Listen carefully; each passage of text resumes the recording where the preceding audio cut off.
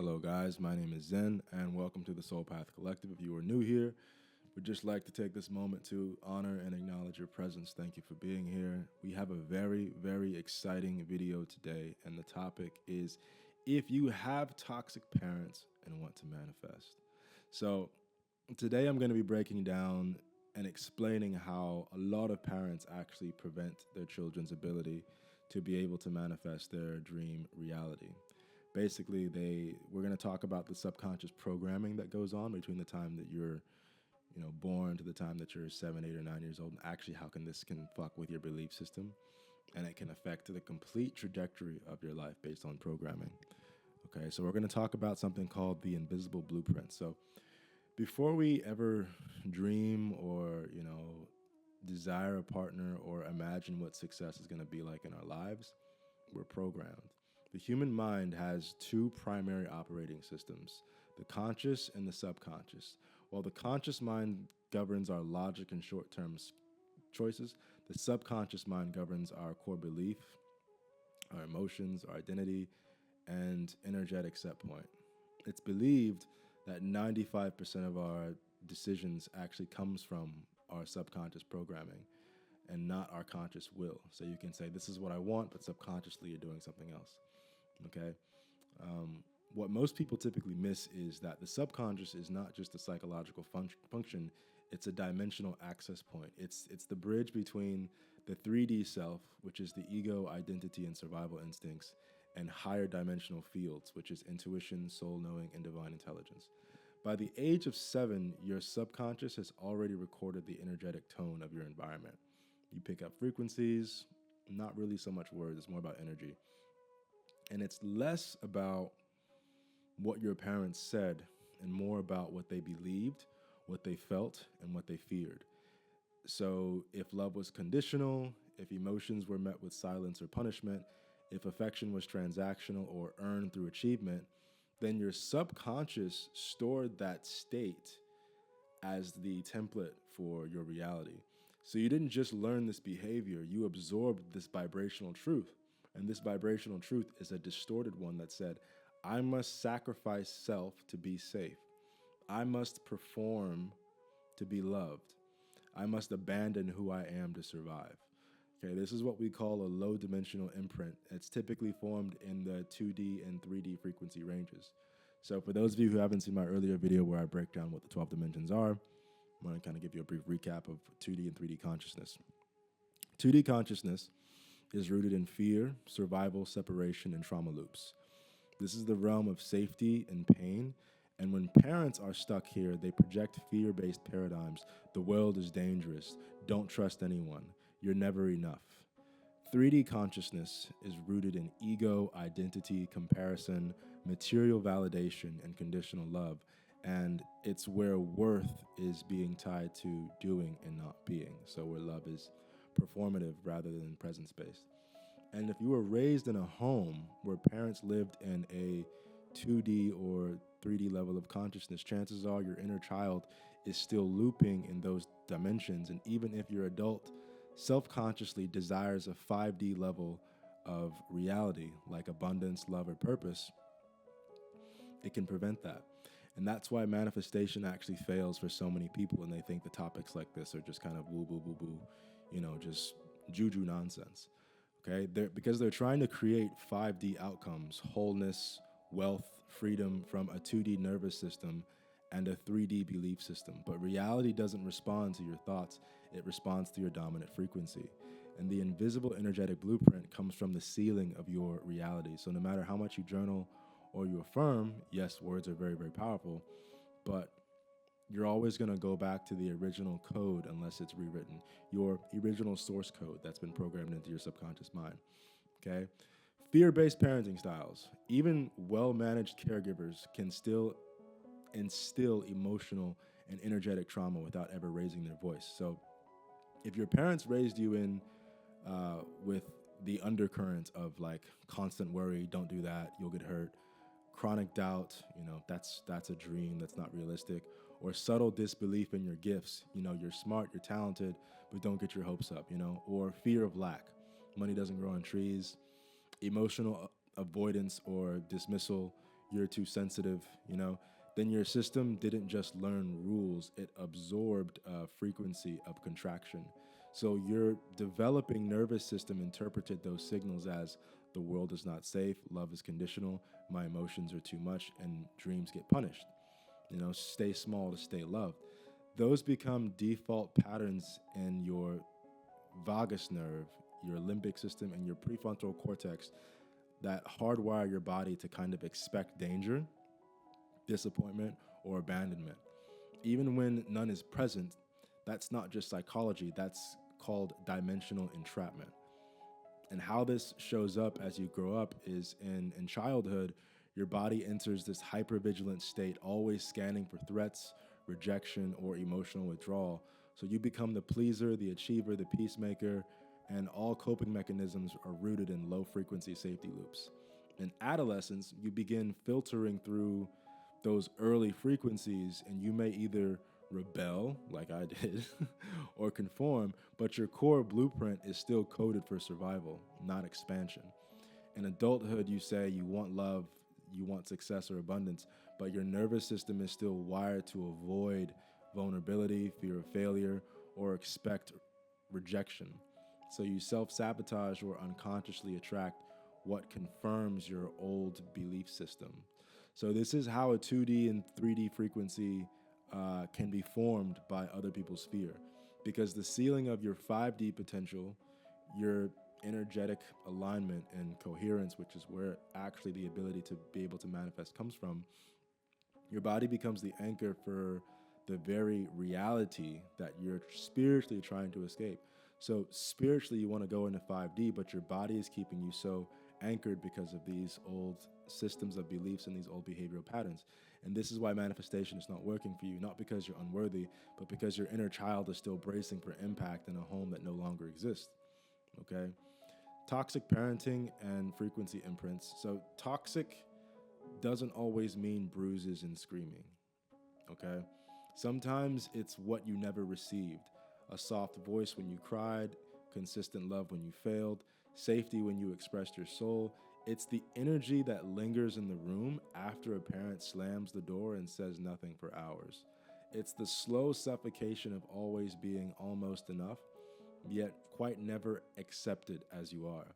Toxic parenting often hides in emotional neglect, where your needs are kind of invisible, silent treatment, weaponized disconnection, worry and control, fear of masquerading as love, perfectionism, which is like confusing worth with performance, which is something that a lot of people do, and like I guess you can call it our mating strategy, right?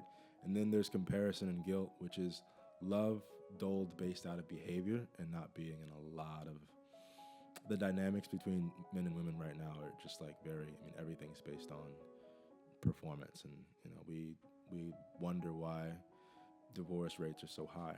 These aren't just poor habits, these are vibrational conditions that saturate the household. Like unseen mold kind of just buried itself in the walls, and they distort the energetic field of the home, creating a low frequency grid that the child grows up inside of. So the spiritual truth is generational strongholds.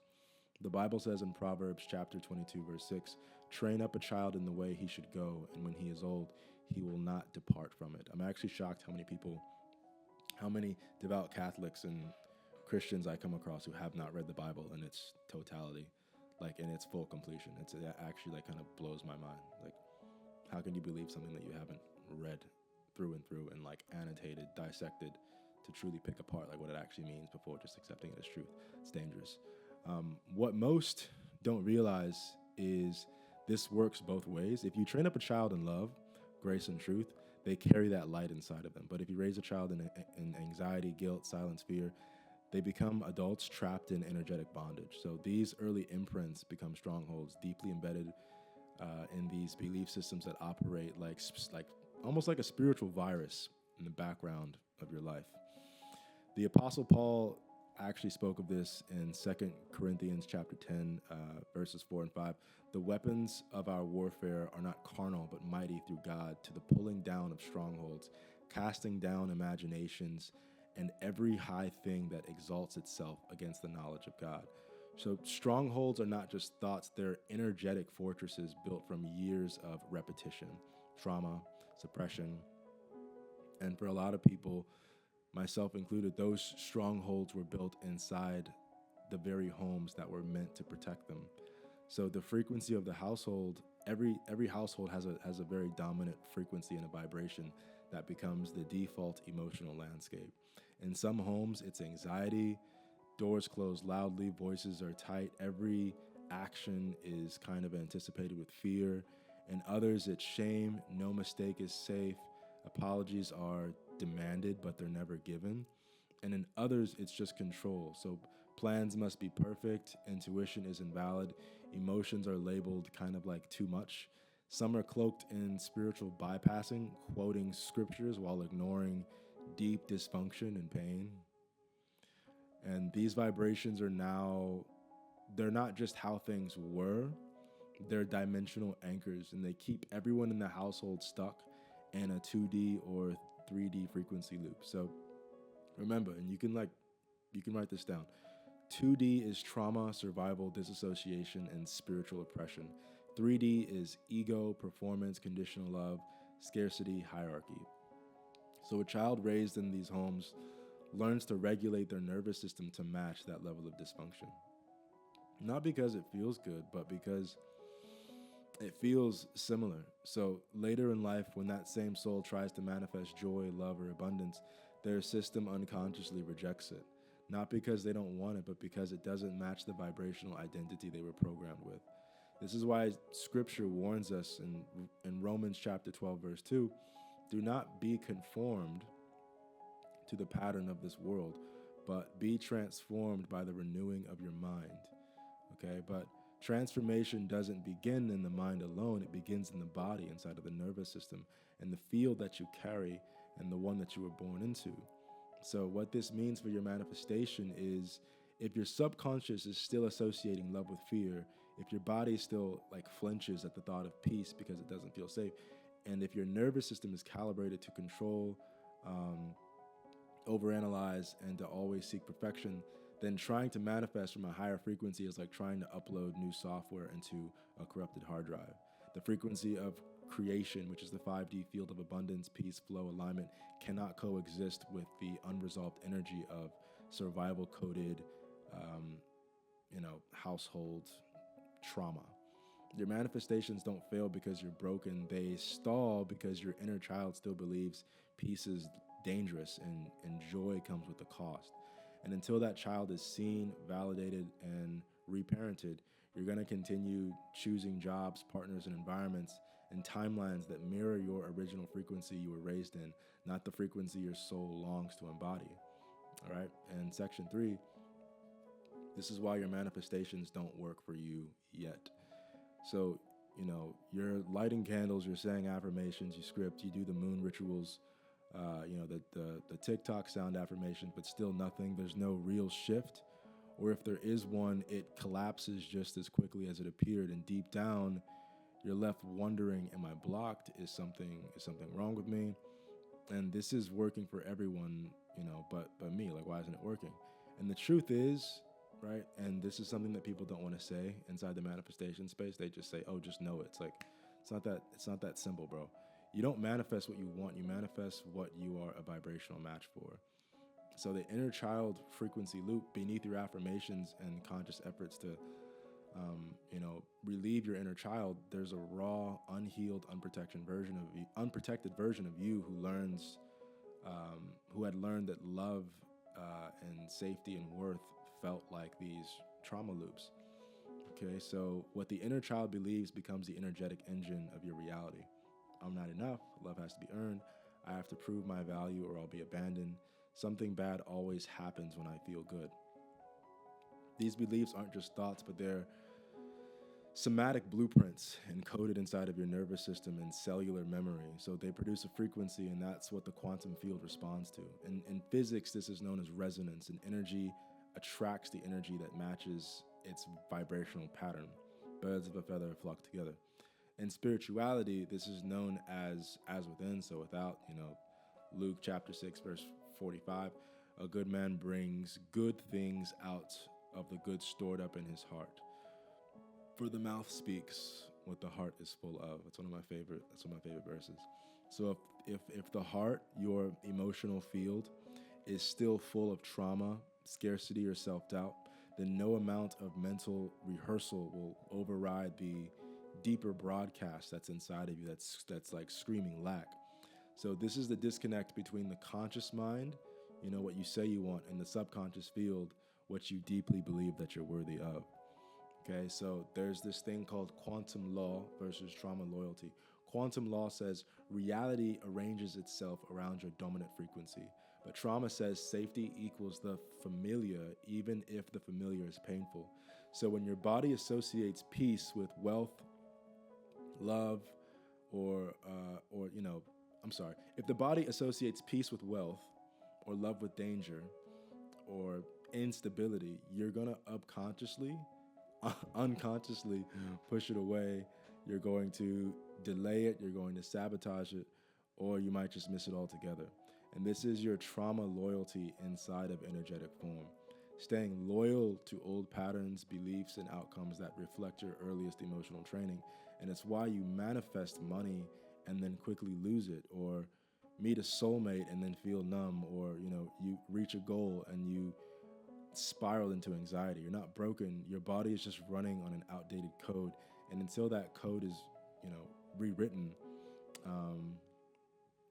it's always gonna hide buried, asleep. Okay, so your belief system needs to be updated and upgraded. Otherwise, your manifestations are always going to default to your last emotional safe setting. All right, Matthew chapter 9, verse 17.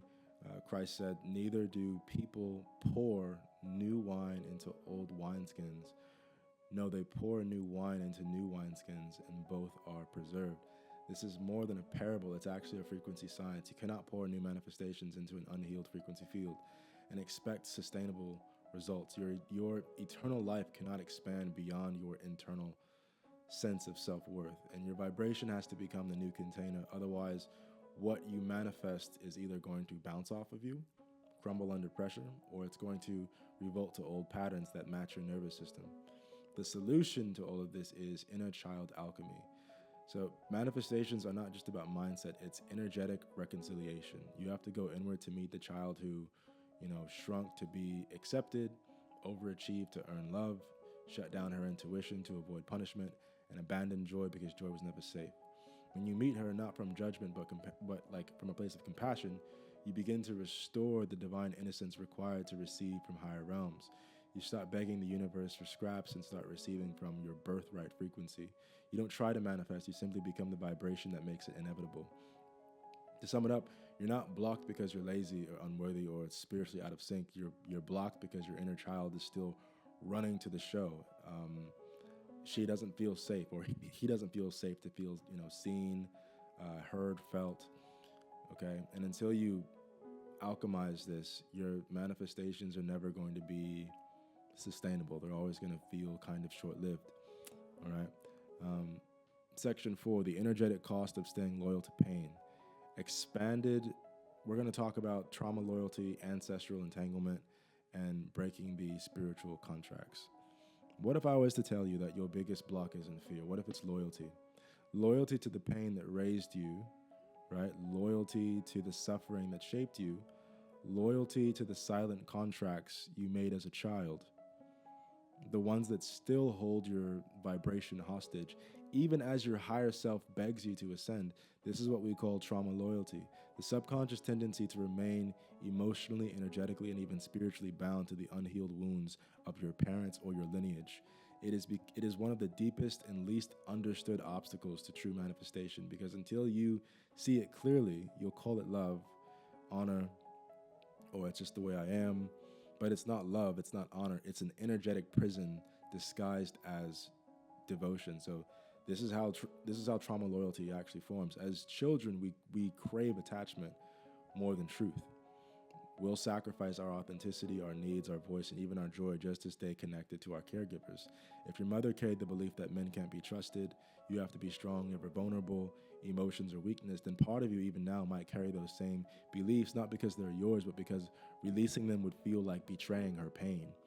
If your father struggled with money and believed wealth was evil or only respected people who suffered to earn, you may unconsciously reject abundance, burn through it quickly, or create hardship in order to stay energetically loyal to his experience. It's crazy. This is like crazy stuff, right? You might think to yourself, if I outgrow them, will they still love me? If I do better than they did, am I abandoning them?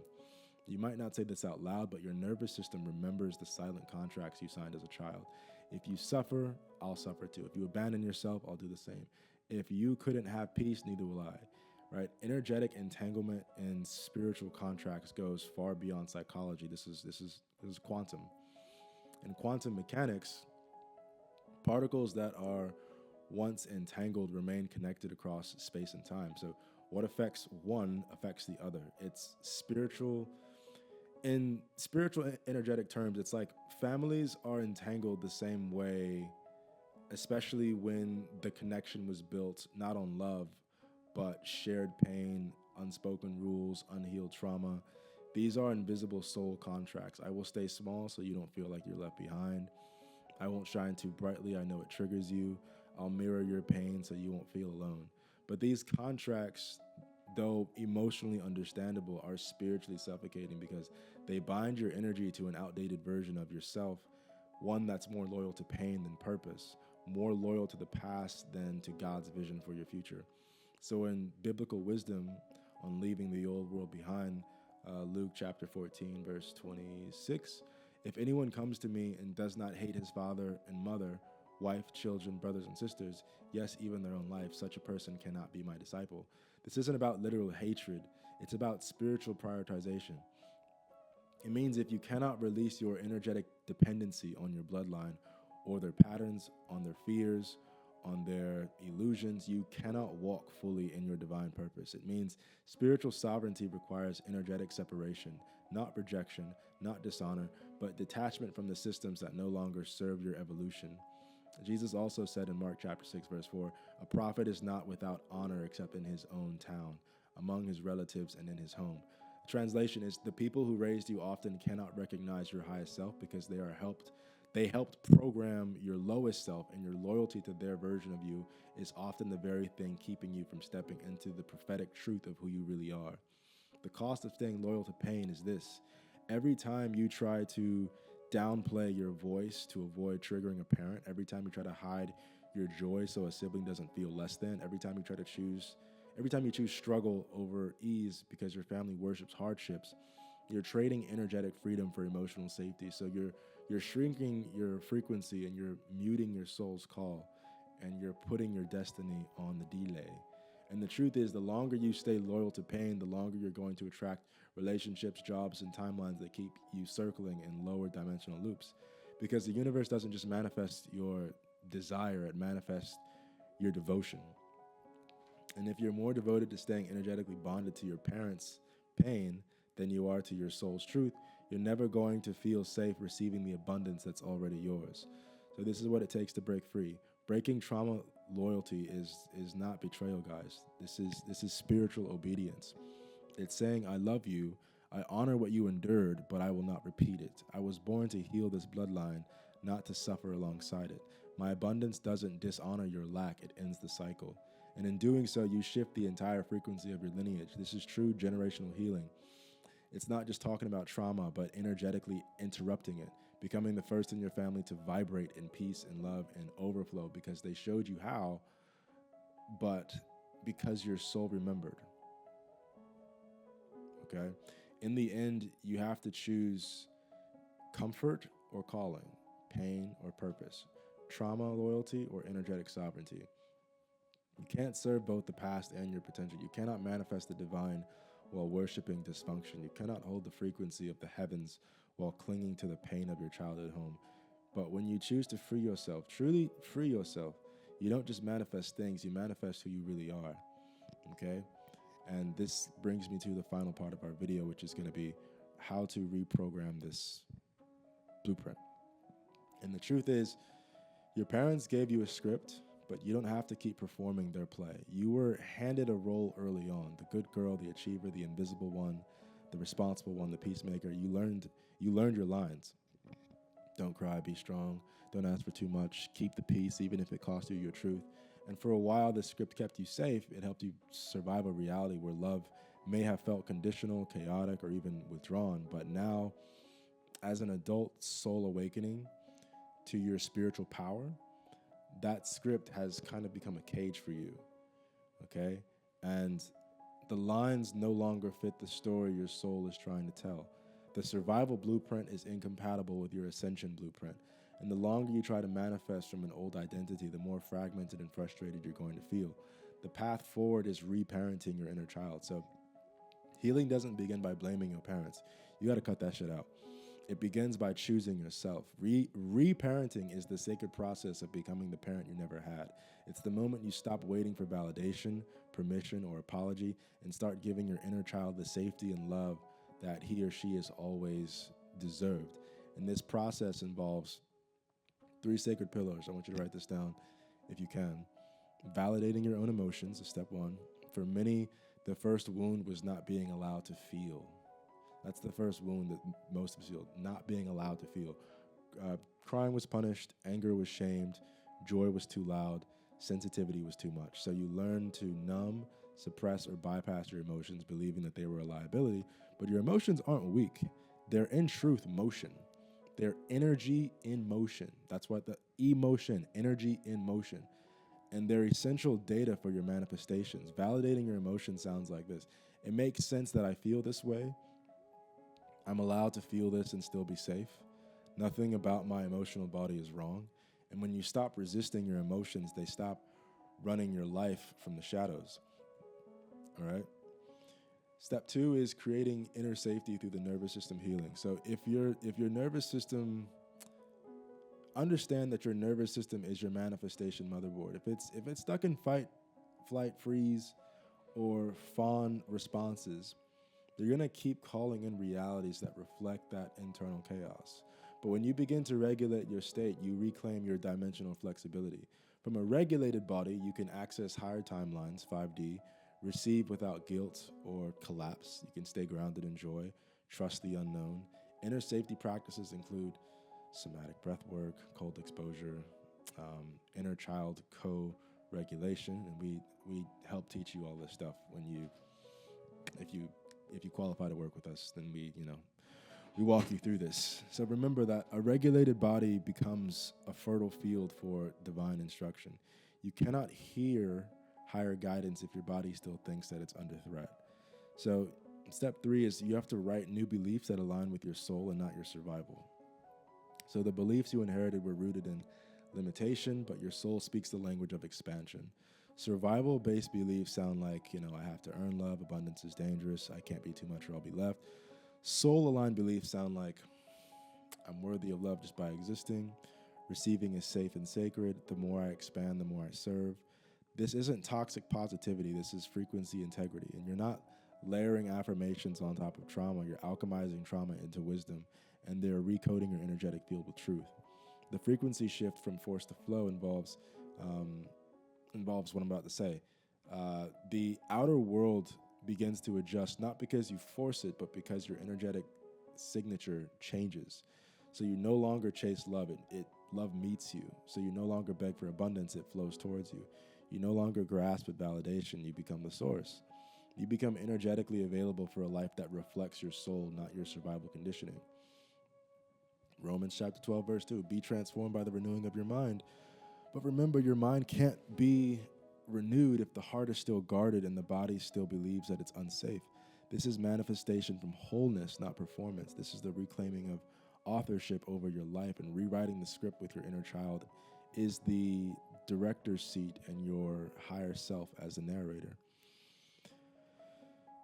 Because you're becoming energetically available for something new. Okay?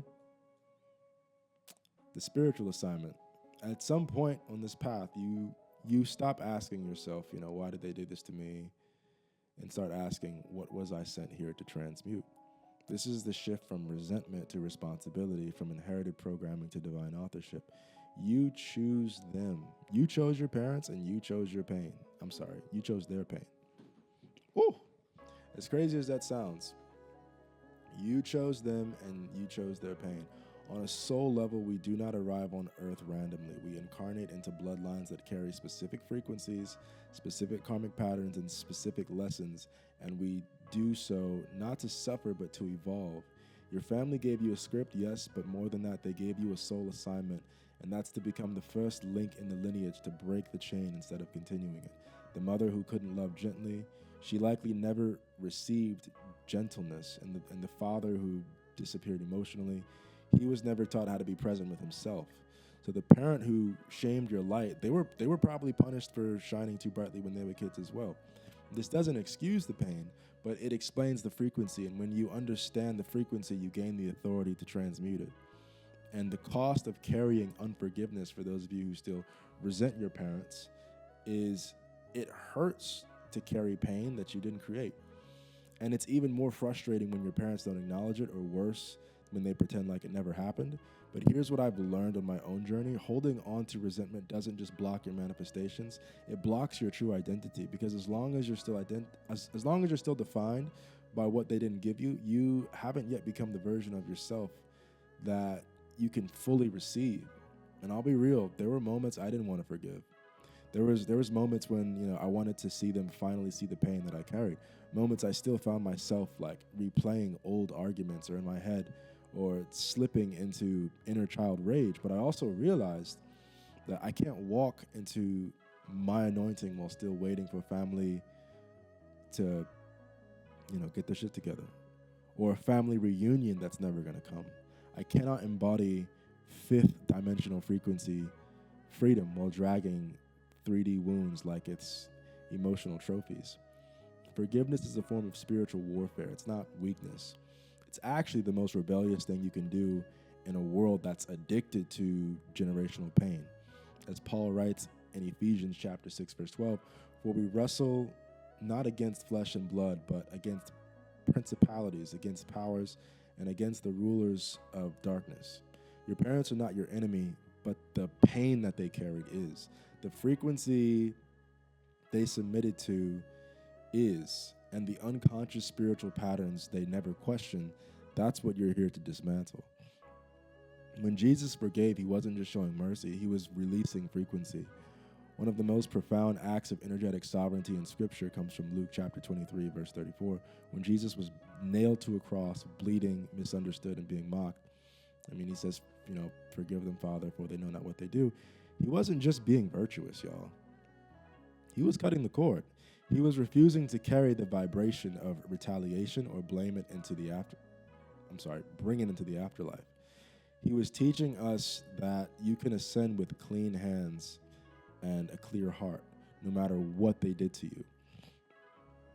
And this is the template, not passive, not permissive, but powerful in its refusals to stay energetically bound to dysfunction.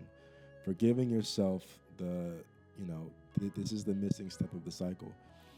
And here's the part most spiritual people skip.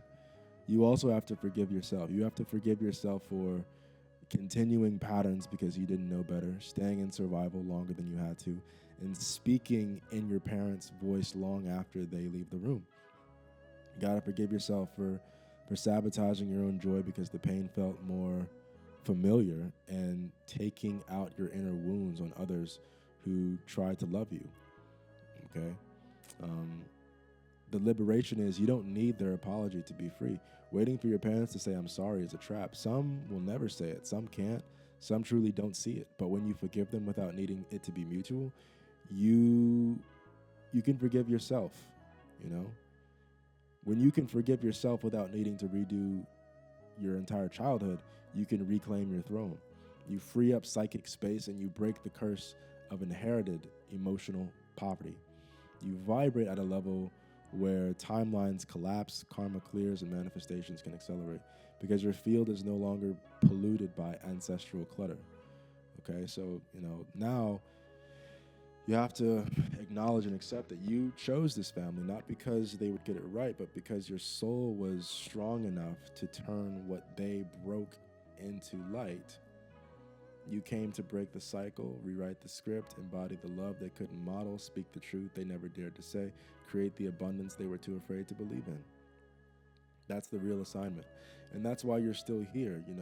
awakening, healing, remembering, not to shame the past, but to redeem it.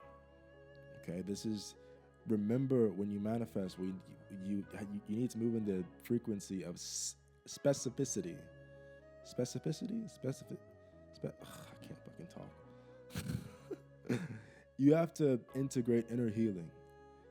Everything matters because manifestation isn't just about wanting, it's about becoming.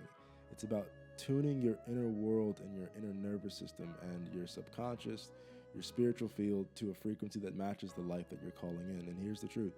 You can't manifest divine love while still vibrating at the frequency of abandonment. You can't manifest abundance while your body still flinches at receiving. You can't manifest clarity when your soul is still entangled with confusion and pain from your bloodline. This is why your healing is one of the most important parts of being able to manifest. This is why your forgiveness is spell work. And this is why your inner child is the gatekeeper to your next timeline. Manifestation requires specificity, but so does your frequency. The universe doesn't just hear your words, it hears your energy signature, it reads your field like a vibrational map. It sends experiences that resonate with your dominant tone. That's why being specific in your visualizations isn't about controlling the outcome. It's about training your body to recognize safety in the frequency that you're calling in. So ask yourself, what does peace actually feel like in your chest, in your gut, in your breath? What does love sound like to your inner child? What does abundance smell like, move like, behave like in your nervous system? Because if your system has never practiced the feeling, in reality, when you're manifesting it, it's going to reject it when it arrives. So embodiment is the bridge. Affirmations alone are not going to cut it. So words without nervous system alignment are just noise. What you need is embodiment. You must become the version of you who already has it. Not one day, but now. Like, this isn't just fantasy, but this is about your posture, your boundaries, your choices, your tone of breath, your voice. This is the faith. This is true faith. Okay? James chapter 2, verse 17, because manifestation is not magic that happens to you. It's a mirror that reflects who you're being. Okay? You're not broken, you're becoming. And all of this is your initiation into energetic sovereignty. And your manifestations are not delayed, but sit up. My cat's like having a blast down there. Your manifestations aren't delayed. They're waiting for the version of you who knows how to hold them. The version of you who isn't just visualizing but vibrating. The version of you who doesn't beg the universe but becomes the answer. You're the altar. You are the oracle. You are the embodiment of the new pattern. And the new timeline has already started. It's already being written, but you just need to match the frequency. So be specific, be intentional, and be sovereign, and be new, because now, finally, you're ready to receive, okay? If this video spoke to you, it's because your soul is ready to rewire, reprogram, ready to rise. Grab a copy of my book, The Frequency of Love, to go deeper into healing the inner child and aligning with your highest timeline. And if you're serious about breaking generational cycles and